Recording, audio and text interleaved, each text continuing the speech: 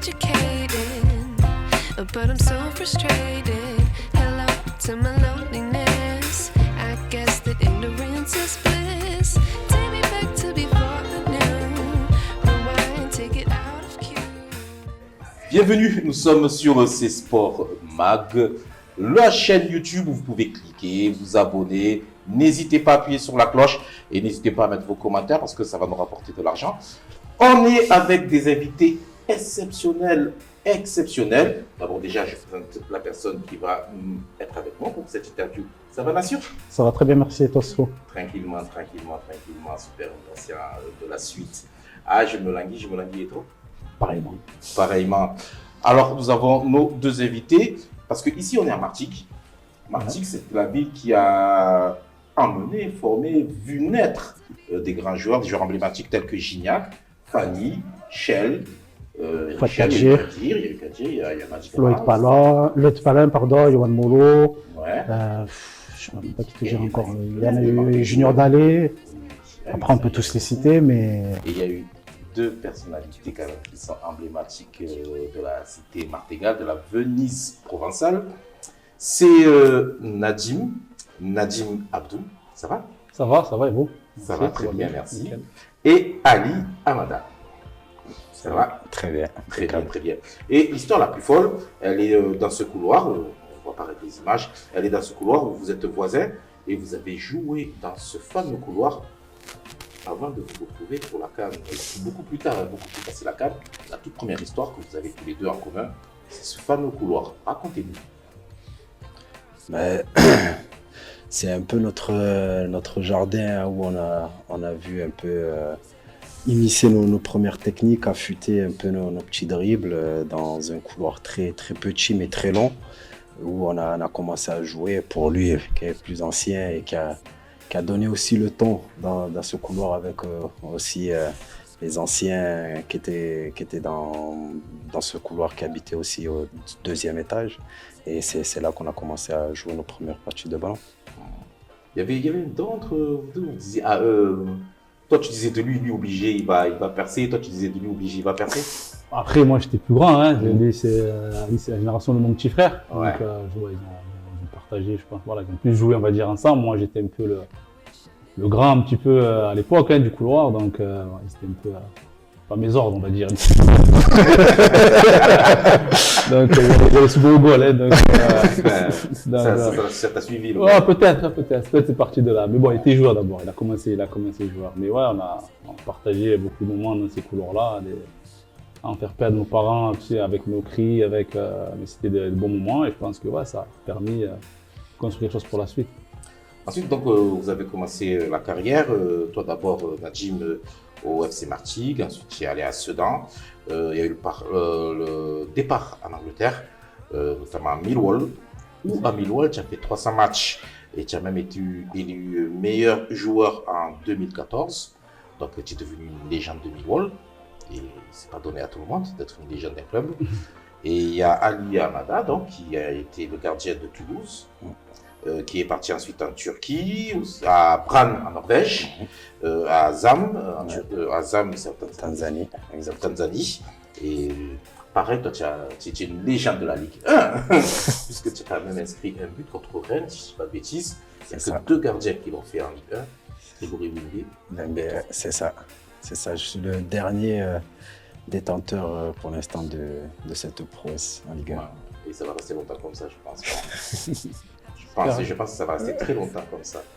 Ça va rester très longtemps comme ça. Ensuite, il y a la sélection. Et tu as été un de ceux qui ont été les premiers à arriver dans cette sélection-là. Tu as même été le capitaine. Ouais. Et comment ça s'est fait l'arrivée en sélection de Ali? Je sais que tu n'étais pas innocent dans son arrivée aussi. Non, c'est sûr. Hein. Après, il était on avait commencé déjà. Moi, ma première collection, c'était en 2010. Après, bon, Ali était encore en centre de formation ou encore jeune, donc il a suivi. Je sais qu'on a discuté, donc il a suivi quand même. Et après, bon, lui, dans sa carrière, dans son évolution, et nous, on était en tout début de l'histoire, quoi. Donc, la structuration, il fallait construire quelque chose, quoi. Donc voilà, il a suivi et Le bon moment est arrivé, juste voilà, après discussion avec son entourage, passage, voilà, moi aussi, des discussions, et après, voilà, le cœur a parlé et il me rejoint. Toi, quand tu arrives en sélection, c'était comment? Oh, le premier souvenir, ils étaient magiques. Parce que voilà, on a beaucoup échangé de notre proximité. Et c'est vrai qu'il a eu un rôle assez fort dans mon choix de décision parce qu'il était déjà sur place et qu'il connaissait comment ça se passait, les conditions qu'il y avait là-bas. Et voilà, il m'a tenu un peu au parfum de comment ça se passait. Après, voilà, il m'a dit un peu les tenants et les aboutissants pour pouvoir venir. Et je suis venu, ça a été une expérience incroyable dès les débuts où il y a eu pas mal d'anecdotes qui ont fait le charme aussi de cette sélection et de cette arrivée.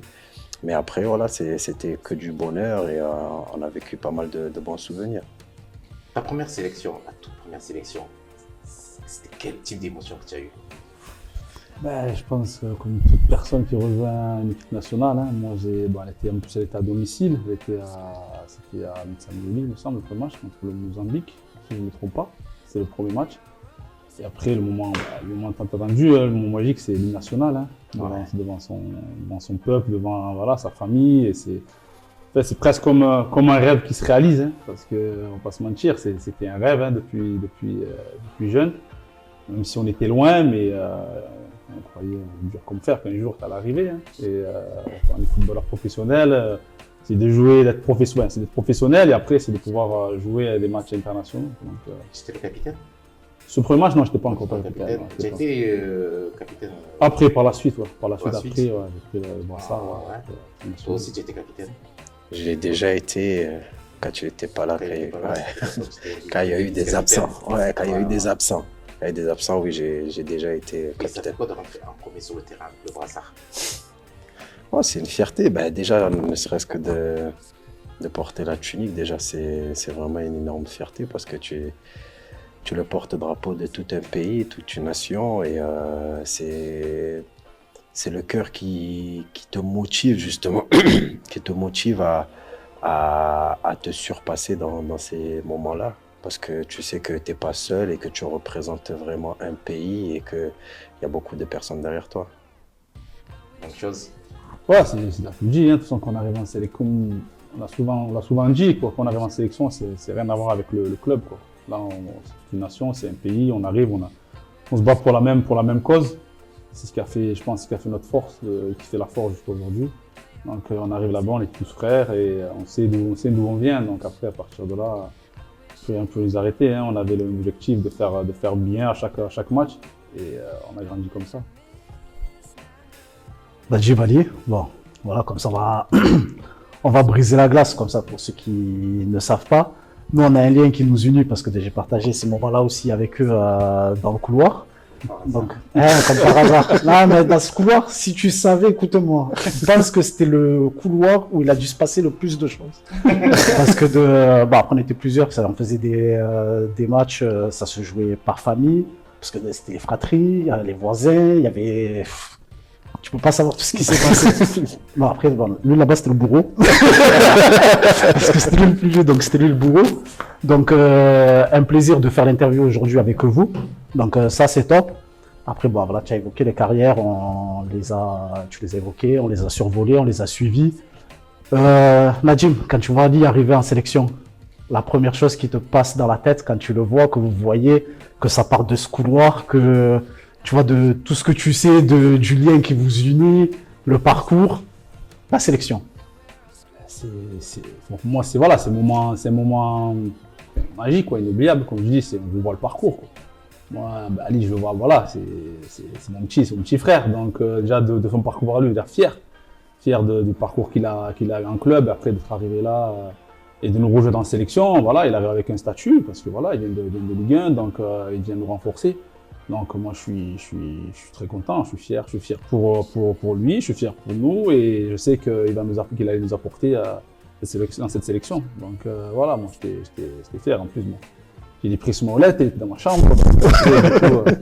Voilà, on a passé des moments inoubliables et voilà, très fier. Et toi? Il faut savoir pour la petite anecdote que je l'ai vu à ses débuts que j'ai suivi. C'est un peu le grand frère de la famille et qui a eu ses débuts professionnels. J'avais ses posters dans ma chambre, donc le fait est de le rejoindre en section et pouvoir jouer à ses côtés, ça a été une immense fierté de me dire que j'avais son poster dans ma chambre et que des années plus tard, on joue ensemble et qu'on est coéquipiers, qu'on a pu partager aussi voilà, la sélection ensemble parce qu'on était en chambre. Mais voilà, c'était vraiment une immense fierté pour nous de se dire que voilà, à travers cette enfance, malgré qu'elle n'a pas été toujours simple et nombreuses sont les fois où les voisins se sont plaints dans ce couloir et qu'aujourd'hui, on réussisse à avoir une carrière professionnelle. Et j'avais recroisé une voisine qui était très âgée qui m'avait dit qu'elle était fière finalement que au final, ça a servi à quelque chose de les avoir dérangés pendant notre enfance. Au moins, on a pu finir professionnel. Donc derrière, ouais, il y a un motif de satisfaction et de fierté. On va revenir sur la sélection nationale. Ouais. Notamment il y a eu la première victoire. On a fait la fête partout, Spiat, tout là où il y a des Comoriens, notamment aux Comores. Moi, je me suis rappelé parce que j'y étais à ce moment-là, sur la première victoire. Mais on va revenir surtout plus sur le parcours en qualification. La qualification pour la Coupe d'Afrique des Nations qui avait lieu qui va avoir lieu Alors, elle s'est jouée en janvier 2022, mais c'était l'édition de 2021. Voilà, c'est ça. Avec, pour rappel, on avait le Ghana, le Gabon. Et d'ailleurs, parce que on les retrouve une nouvelle fois sur cette édition-là, il y avait le Maroc en tant que troisième équipe. À quel moment vous vous êtes dit on va y arriver, on peut y arriver? Est-ce que c'est dès le départ vous dites allez, on y va, on va pour gagner, on va pour se qualifier? Ou est-ce qu'il y a un moment où vous vous dites il y a moyen?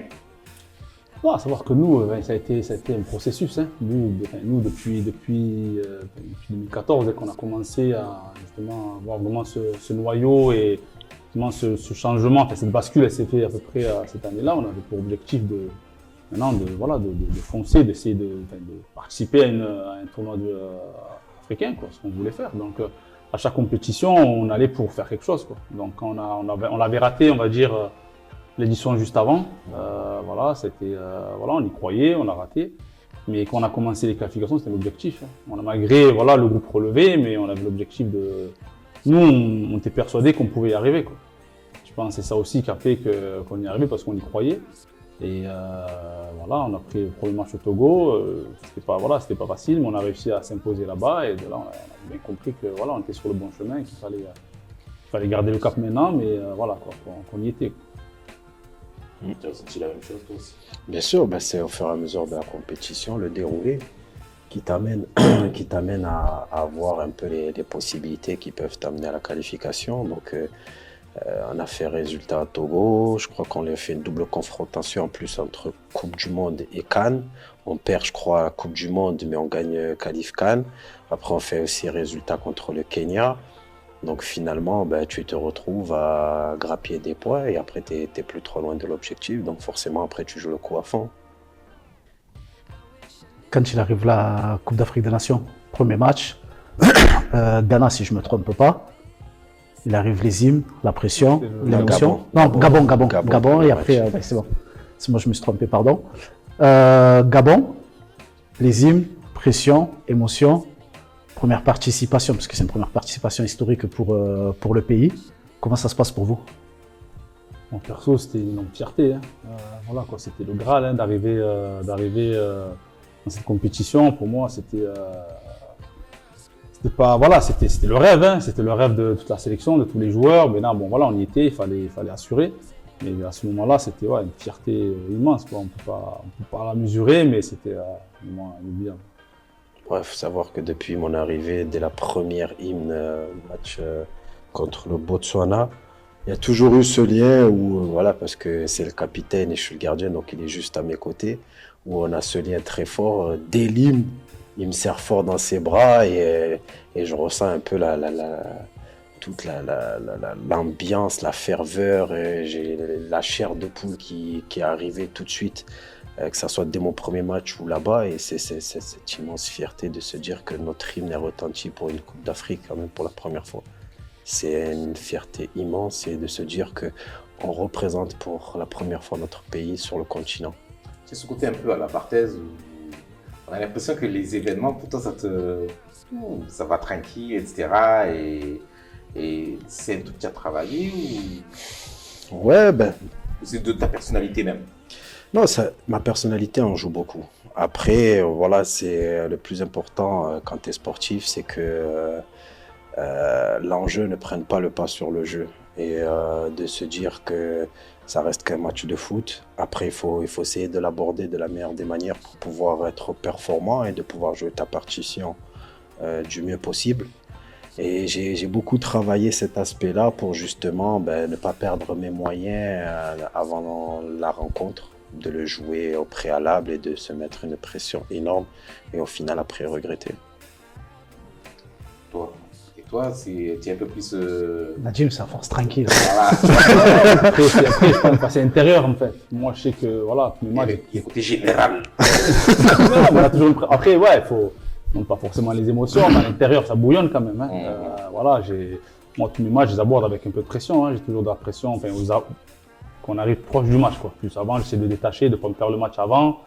Mais dès qu'on arrive à quelques heures du match, c'est clair, j'ai une petite pression qui monte. Mais après, il faut que ça se transforme en une bonne pression, quoi. Pas une mauvaise, pas pour déjouer, pas pour voilà, mais ce qui va te motiver, ce qui va te faire te surpasser justement dans ce genre de rencontre. Donc voilà, une petite pression qui fait que le match se déroule bien. Parce que de là après, il arrive la qualification, 8e de finale face au Cameroun. Les péripéties entre les Covid, je crois que c'était 13 cas Covid si je me trompe pas. Donc toi, tu es négatif, positif, négatif. Pour le match, il s'avère que tu repasses négatif. Et la Tunisie, quand le même cas de figure. Au final, changement de réglementation, toi tu ne figures pas. Toi, il arrive le match du Cameroun aussi, 8e minute de jeu, le carton rouge. Comment ça se passe? Quand vous là, en plus, parce que moi je le sais à titre perso et même après, c'est ce qui mettra aussi un coup d'arrêt avec la sélection en te disant que c'est la première et la dernière compétition et elle se stoppe comme ça. Comment ça se passe dans vos têtes en sachant que voilà, par rapport à l'engouement, l'effervescence qu'il y a par rapport au peuple comorien et au sortir de ce match-là, parce que vous faites un match qui restera dans les mémoires, parce que je pense pas que de se retrouver sans gardien, ça arrivera plus, c'est sûr et certain, et que vous ayez vu l'engouement auprès de la population comorienne. Comment ça se passe dans vos têtes quand en rétrospective, avec le recul, vous analysez tout ça? C'est déjà beaucoup de frustration parce qu'on est un match historique, capital. Et tu te dis que tu peux même, pour ma part, que tu peux pas jouer parce que 2 jours auparavant, voilà, on célèbre parce qu'il faut savoir que c'était pendant le Covid et que on avait des règles sanitaires qui étaient très strictes. Et là, on exulte parce que on est qualifié pour un 8e de finale, quand même, c'est pas rien. Et là, on a tout oublié. On a vraiment fait la fête, on s'est tous enlacés, on a sauté, on a crié, on a chanté. Est-ce que c'est ce qui a fait qu'on s'est propagé nos microbes et qui a fait qu'on est autant? Parce que durant toute la préparation, on n'a pas dépassé les 3 cas positifs, je pense, sur 3 semaines, 1 mois de préparation. Et là, d'un coup, on joue le pays hôte, 13 cas qui sort. Pour nous, c'est un coup de massue parce qu'on se dit comment c'est possible. C'était le nombre record sur la compétition en plus. Et après, il y a cette règle aussi qui sort spécifiquement pour nous, pour moi, qu'on n'a pas le droit de refaire des tests une fois qu'on est positif le lendemain ou le surlendemain. Il faut attendre un délai minimal. Et du coup, ça a été un coup de massue et de se dire que tu prends pas part. Franchement, ça a été une très très grosse déception. Honnêtement, une très grosse déception. Ouais, c'était une injustice, on va dire déjà, jusqu'à l'échauffement, je n'y croyais pas. Hein. Sincèrement, jusqu'à l'échauffement, je me disais à un moment donné, il va sortir. Ils vont me dire non, il va remettre les gants parce que c'était irréel en fait. Je n'aurais jamais imaginé un 8e de finale d'une grande compétition comme ça, jouer sans gardien. Je pense on ne l'aurait jamais vu en Europe ou dans une autre. On l'aurait jamais vu, mais malheureusement on le voit chez nous. Et en plus, voilà, c'est nous les acteurs. Pour moi, c'était irréel. Mais bon, voilà, on a dû faire le dos rond. Après, bon, voilà, quoi. Voilà. On va, après 8 minutes de jeu, de voir le carton rouge. Après, on a l'impression que le destin s'acharne un petit peu, hein, mais bon, c'était écrit, c'était comme ça. Ah, j'ai l'image où il y a tout le monde, le banc, il y a vous, tous sur le terrain, vous regardez, qu'est-ce qu'on fait, qu'est-ce qu'on ne fait pas. Ouais, à ce moment donné, c'était un flou total. On croyait que voilà, c'était une blague, quoi. C'était pas possible. Donc, ça, à un moment donné, ça peut foutre. Tout le monde dit qu'est-ce qu'on fait, on arrête, on repart, on ne savait plus, quoi. Et ben, après, bon, c'est rentré dans l'ordre. Le recul, en fait, nous, je parlais en tant que supporter, là. Nous, on s'est dit, voilà, les tests, ils ont été. Les résultats ont été donnés par le docteur Samuel Eto'o. Et qu'ensuite, même pas dans le match, il y a eu cette frustration, on s'est dit, il y a eu l'histoire des gardiens, il y a eu ton expulsion à la 8e minute. On rappelle le score 2-1 pour le Cameroun, ils ont galéré mortel. Le mot, c'est ça, c'est frustration. Non, Ouais, mais parce que... Quelque part, vous ne dites pas que... Oui, bah, bien sûr, parce qu'on joue le pays hôte et que bah, y a peut-être un peu... Ils arrondissaient les angles sur certaines règles, sur certaines, voilà, sur l'arbitrage ou autre, pour se faciliter peut-être un peu la tâche. Et c'est là où justement, ben, on s'est dit, c'est trop. C'est trop parce que de faire 13 cas positifs alors qu'on n'en avait pas dépassé les 3 pendant un mois, et là on joue le pays hôte, on s'est dit, il y a une anomalie quelque part. Et après, on joue la rencontre, parce qu'il faut savoir, moi, du coup, je voyage, parce que j'étais pas dans la même ville, parce qu'on m'a retardé, étant donné que je pouvais pas voyager, que j'étais positif. J'arrive à prendre un vol de dernière minute qui me transfère jusqu'au stade. On me refuse l'accès au stade, on me dit non, alors que j'ai le test négatif et que ça y est, je peux rentrer normalement. On m'a refusé l'entrée, on m'a dit non. Et donc forcément, ben, on a essayé de crier un peu à l'injustice. Et pourquoi il y a eu la Tunisie qui a eu le même scénario, qui au final, eux, ils ont pu composer avec, et pourquoi nous, on ne pourrait pas. Derrière, on joue la rencontre. Bon, déjà, 3 gardiens out. Et Nadim, au bout de 8 minutes, qui prend ça, forcément, on crée à l'injustice totale. Forcément. Et c'est là où, justement, on se pose la question, en se regardant, on fait quoi parce que ça devient trop. Ça devient trop et c'est plus tolérable, en fait, parce que faut savoir qu'on reste quand même les Comores, c'est le grand Cameroun. Et que, normalement, il n'y a pas match entre les deux. Mais voilà, parce qu'on est un groupe de frères avec une mentalité de dingue, et forcément, ça nous a permis aussi comment ça s'appelle, à utiliser cette injustice pour la transformer et pouvoir essayer de participer à cette rencontre de la meilleure des manières pour donner une bonne image de nous. Retour au pays, l'engouement, l'effervescence. Après, je pense que ouais, malheureusement, on a dû décoller directement, retourner dans le club. On n'a pas eu la chance justement de faire un passage au pays directement. Donc c'est vrai que ça a été peut-être un petite déception, parce que c'est vrai qu'on sait que voilà, ils ont vécu avec intensité cette compétition, et que je pense que voilà, d'avoir peut-être une petite boucle là-bas, ça aurait été quelque chose de magique encore pour tout le monde. Malheureusement, on n'a pas eu l'occasion, mais bon, voilà, qu'on a vu les vidéos, on a vu malgré voilà, l'engouement en France, on a essayé de suivre tout ça, et c'était quelque chose. On va venir sur cette Coupe d'Afrique des Nations là, parce qu'il y a des points communs, notamment le fait de rencontrer le pays hôte, puisque cette CAN, il rencontre le Maroc. Maroc, Mali, Zambie. Voilà, Maroc, Mali, Zambie. Là, il rencontre le Maroc, aujourd'hui il rencontre le Maroc. Qui d'ailleurs, avec le Maroc, c'est une équipe avec les Comores sur lesquelles ils se suivent, puisque première édition de CAN, Maroc. Deuxième édition de CAN, une nouvelle fois Maroc. Coupe arabe d'ailleurs que tu as participé, une nouvelle fois encore le Maroc. Donc vraiment, c'est un pays avec lequel il y a un lien qui existe à se poser des questions. Même s'il y a eu des joueurs qui étaient présents à ce moment-là, qu'est-ce que vous conseillez aux jeunes qui vont arriver? Qu'est-ce que vous dites est-ce que vous diriez faites attention, il va y avoir peut-être des trucs qui ne sont pas forcément qui vont sortir du naturel, ou vous avez d'autres conseils à leur donner? Pour la CAN là, pour cette CAN là. Parce que là, le regard que vous portez sur eux en fait. Le pays organisateur. Hein. Ouais, là, mais après, bon, je pense que voilà, on sait que voilà, ils vont rencontrer actuellement le Grand Maroc, quoi, la grande équipe. Donc après, voilà, ils sont professionnels, c'est de leur accorder le respect qu'ils méritent, hein, mais de pas non plus voilà, de se sentir inférieur. Hein. Aujourd'hui, c'est un match de foot. Ils auront autant de pression, même si ce n'est plus pression que nous sur ce match-là. C'est les favoris, hein, on va pas se le cacher. Mais d'entamer ce match-là comme ils ont entamé les qualifications. Hein. Ils ont fait de magnifiques qualifications pour la CAN, pour la Coupe du Monde. Donc ils sont frottés aussi à des grandes équipes.